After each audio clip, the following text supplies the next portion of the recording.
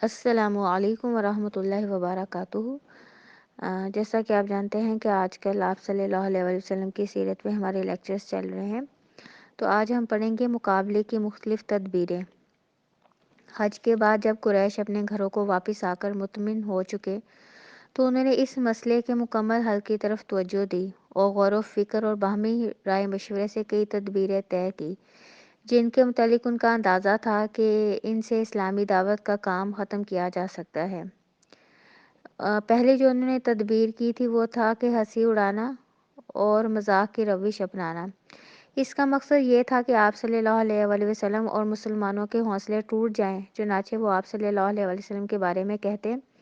کہ اس پر جادو کر دیا گیا ہے، یہ شاعر ہے، یہ پاگل ہے، کاہن ہے، اس کے پاس شیطان آتا ہے، جادوگر ہے، جھوٹا ہے،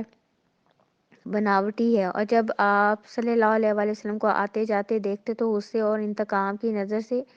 یوں دیکھتے کہ گویا کھا جائیں گے، اور حقارت آمیز لہجے میں کہتے یہی ہے جو تمہارے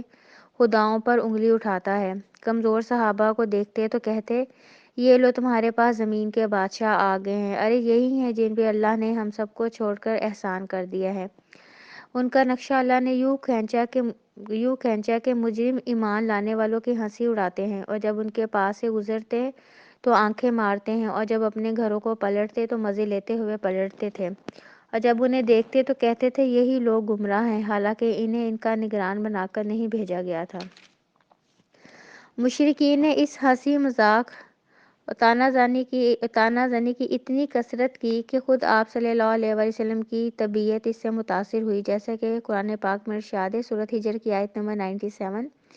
ہمیں معلوم ہے کہ ان کی باتوں سے آپ کا سینہ تنگ ہو رہا ہے۔ پھر بتایا گیا کہ اس کا اثر کیسے جائے گا اور ثابت قدمی کیسے آئے گی، تو چنانچہ فرمایا سورۃ ہجر کی آیت نمبر 98-99، تم اپنے پروردگار کی حمد کے ساتھ اس کی تسبیح کرو اور سجدہ کرنے والوں میں سے ہو جاؤ، اور اپنے رب کی عبادت کرتے رہو یہاں تک کہ موت آ جائے۔ اس سے پہلے آپ صلی اللہ علیہ وسلم کو تسلی بھی دی گئی، یہ بھی سورۃ ہجر کی آیت نمبر 95-96 ہے کہ ہم آپ سے مذاق کرنے والوں کو کافی ہیں اور اللہ کے ساتھ دوسروں کو معبود ٹھہراتے ہیں، انہیں بہت جلد نتیجہ معلوم ہو جائے گا۔ یعنی اللہ تعالیٰ نے اس میں کہا کہ جو اللہ کے ساتھ دوسروں کو معبود ٹھہراتے ہیں تو انہیں بہت جلد اپنے کیے کا نتیجہ پتہ چل جائے گا۔ اور آپ صلی اللہ علیہ وسلم کو یہ بھی بتایا گیا کہ ان کی حرکت سے ان کے لیے باعث وبال ہوگی۔ چنانچہ فرمایا کہ آپ سے پہلے بھی رسولوں کے ساتھ مذاق کیا جا چکا ہے، جس کا نتیجہ یہ رہا ہے کہ خود ان مذاق اڑانے والوں کو ان کے مذاق نے گھیر لیا۔ نمبر 2، لوگوں کو آپ صلی اللہ علیہ وآلہ وسلم کی بات سننے سے روکنا۔ چنانچہ انہوں نے طے کیا کہ جب آپ صلی اللہ علیہ وآلہ وسلم کو دیکھو کہ وہ لوگوں کے درمیان دعوت و تبلیغ کے لیے اٹھنا چاہتے ہیں تو خوب شور مچاؤ اور لوگوں کو وہاں سے بھگا دو تاکہ انہیں آپ کی بات سننے کا موقع ہی نہ مل سکے۔ مشرکین نے اس تجویز پر عمل کرنے کی ایک دوسرے کو خوب تاکید کی اور بڑی سختی اور پختگی سے اس پر عمل بھی کیا۔ چنانچہ ان کے مجمع عام میں آپ صلی اللہ علیہ وآلہ وسلم کو تلاوت قرآن کا جو پہلا موقع مل سکا وہ نبوت کے 5ویں برس رمضان کے مہینے میں ملا۔ اس موقع پر آپ صلی اللہ علیہ وآلہ وسلم نے سورۃ نجم تلاوت فرمائی تھی۔ معاملہ اس قدر سخت تھا کہ آپ صلی اللہ علیہ وآلہ وسلم جب نماز میں قرآن کی تلاوت فرماتے اور یہ تلاوت زیادہ تر رات کو تہجد کی نماز میں ہوا کرتی تو یہ لوگ قرآن کو، اس کے اتارنے والے کو اور اس سے لانے والے کو گالیاں دیتے۔ چنانچہ اللہ نے حکم دیا، سورۃ بنی اسرائیل کی آیت نمبر 110، اپنی نماز نہ بہت اونچی آواز سے پڑھو نہ بالکل دھیمی آواز سے، بلکہ بیچ کا راستہ اپناؤ۔ اس تدبیر کا ایک حصہ یہ تھا کہ نضر بن حارث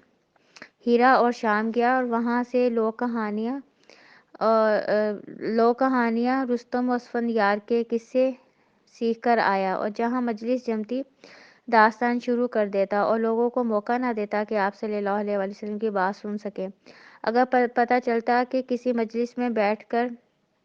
آپ صلی اللہ علیہ وآلہ وسلم نے کچھ واعظ و نصیحت کی ہے تو آپ صلی اللہ علیہ وآلہ وسلم کے ہٹتے ہی ٹپک پڑتا اور قصے کہانیاں سنا کر کہتا کہ آخر محمد کی بات مجھ سے مجھ سے کیسے اچھی ہو سکتی ہے۔ اس کے بعد اس نے ایک اور قدم آگے بڑھایا، گانے بجانے والی لونڈیاں خریدی اور جن کے متعلق سنتا کہ وہ اسلام کی طرف مائل ہیں تو اسے کسی لونڈی کے پاس لے جا کر اس لونڈی سے کہتا کہ اسے کھلاؤ پلاؤ اور گانے سناؤ، اور اس شخص کو سمجھاؤ کہ محمد صلی اللہ علیہ وآلہ وسلم جس بات کی طرف بلا رہے ہیں یہ اس سے بہتر ہے۔ اللہ نے اس بارے میں سورۃ لقمان میں آیت نمبر 6 نازل کی۔ بعض لوگ کھیل کی بات خریدتے ہیں تاکہ علم کے بغیر اللہ کی راہ سے گمراہ کریں اور اسے مذاق بنائیں، ایسے لوگوں کے لیے رسوا کن عذاب ہے۔ نمبر 3، شکوک و شبہات پیدا کرنا اور پروپیگنڈا کرنا۔ اس میدان میں قریش نے بڑی سرگرمی دکھائی، چنانچہ وہ قرآن کے بارے میں کبھی کہتے کہ یہ محض اونٹ پر ٹانگ خواب ہے جسے محمد صلی اللہ علیہ وآلہ وسلم رات میں دیکھتے ہیں اور دن میں تلاوت کرنے لگتے ہیں،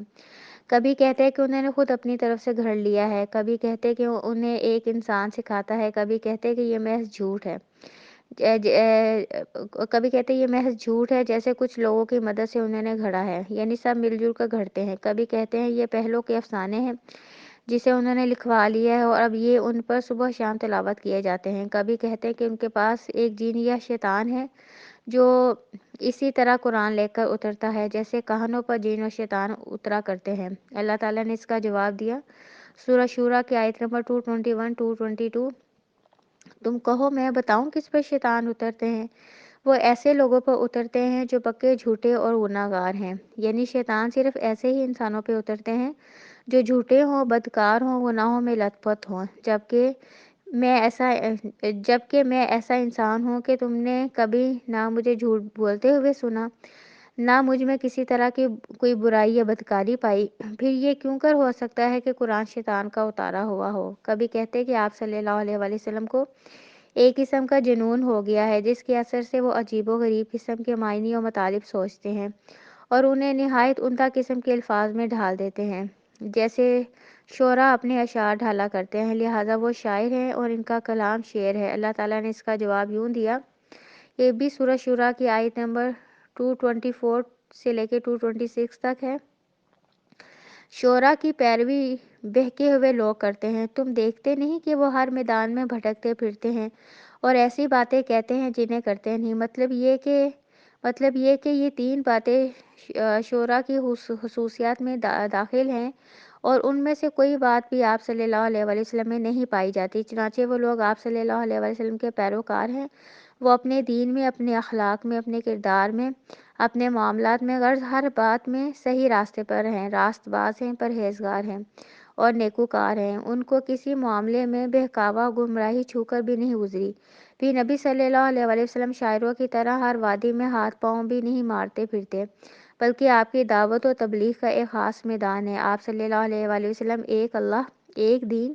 اور ایک راستے کی طرف بلا رہے ہیں، اس کے علاوہ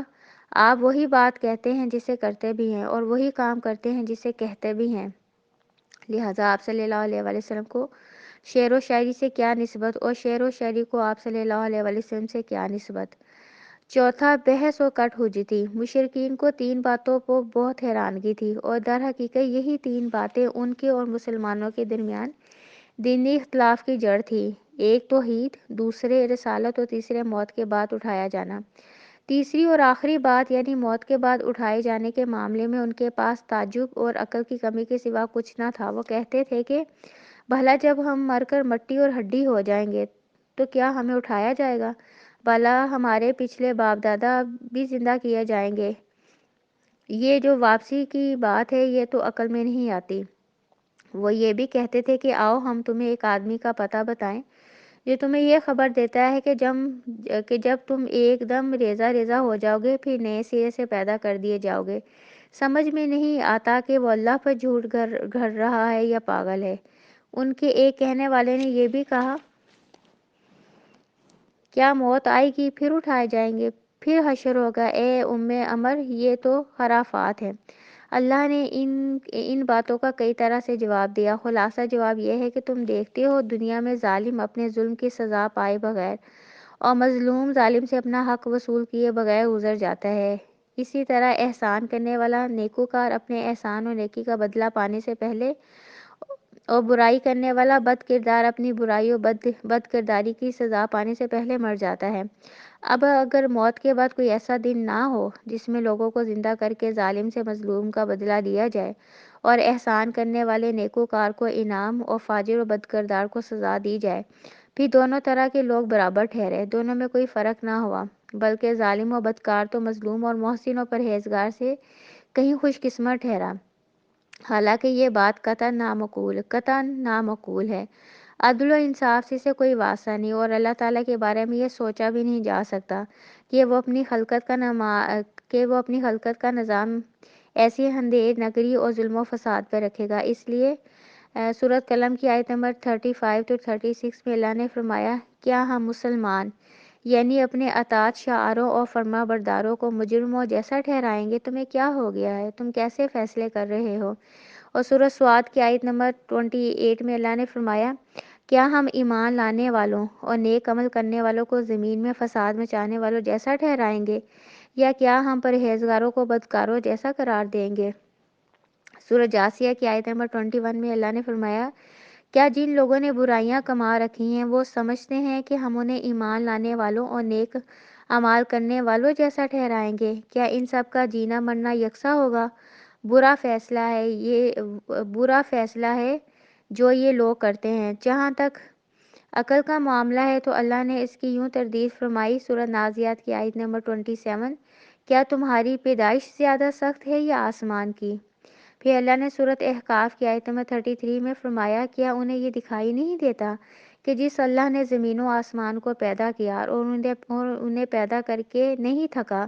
وہ اس پر بھی قادر ہے کہ مردوں کو زندہ کر دے؟ کیوں نہیں، یقیناً وہ ہر چیز پر قدرت رکھتا ہے۔ سورۃ واقعہ کی آیت نمبر 62 میں اللہ نے فرمایا، تم پہلی بار کی پیدائش کو تو جانتے ہی ہو، پھر بات کیوں نہیں سمجھتے؟ اور بتلایا کہ دیکھو، سورۃ انبیاء کی آیت نمبر 104، ہم نے جس طرح پہلی بار شروع میں پیدا کیا تھا،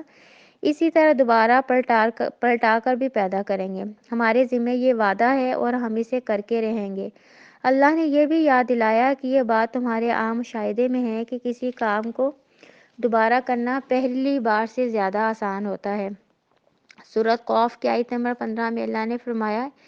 اس آسمان و زمین، درخت اور پودوں اور ساری کائنات کو پہلی بار پیدا کر کے کیا ہم تھک گئے ہیں کہ دوبارہ پیدا نہیں کر سکتے؟ اور پھر مزید اللہ نے آگے فرمایا، بلکہ حقیقت صرف اتنی ہے کہ وہ نئی پیدائش کے سلسلے میں شک کا شکار ہیں۔ بلکہ حقیقت صرف اتنی ہے کہ وہ نئی پیدائش کے سلسلے میں شک کا شکار ہیں۔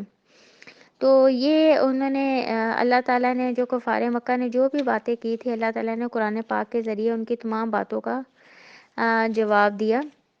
تو باقی ہم انشاءاللہ اگلے لیکچر میں دیکھیں گے۔ سبحانک اللہم و بحمدک، اشہد ان لا الہ الا انت، استغفرک و اتوب الیک۔